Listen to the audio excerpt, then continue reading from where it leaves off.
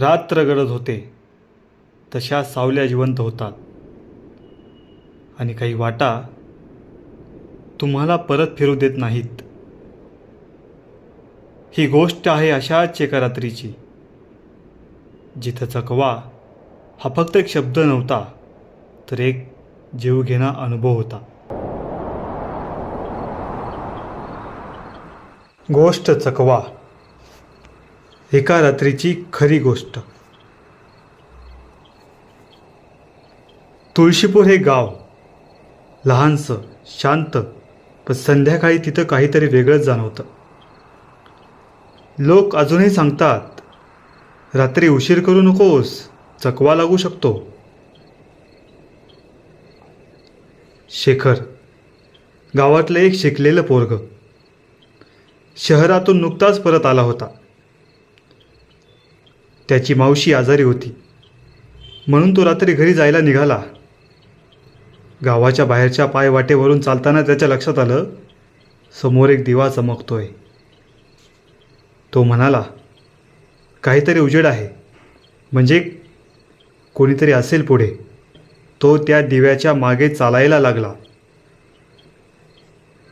पण त्या दिव्याचा एक विचित्र गुण होता.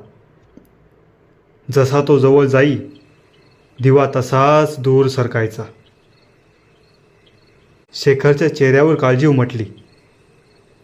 हे काय? मी चालतोय पण जागा ओळखीची वाटत नाहीये. आणि तेवढ्यात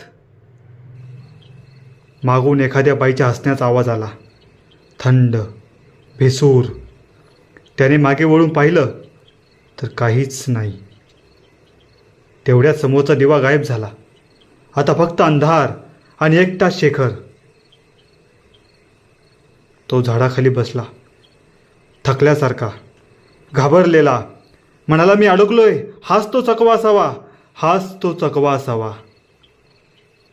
काही वेळाने एक म्हातारी बाई त्याच्यासमोर आली. तिचा चेहरा शांत होता, डोळ्यात अनुभवाचा प्रकाश.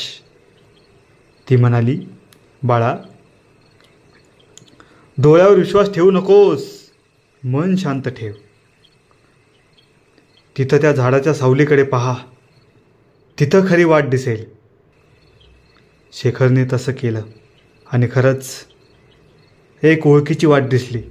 तो धावत त्या मावशीच्या घरी पोहोचला. खरं तर चकवा ही कहाणी भूताची गोष्ट नाही, हा एक नैसर्गिक भ्रम आहे. रात्री प्रकाश, धुराचे कण, थकवा आणि मनातली घबराट यामुळे आपल्याला वाट चुकते. लोक समजतात भूत आहे, पण खरी गोष्ट हीच की तो आपल्या मनाचा आणि निसर्गाच्या खेळाचा भाग असतो.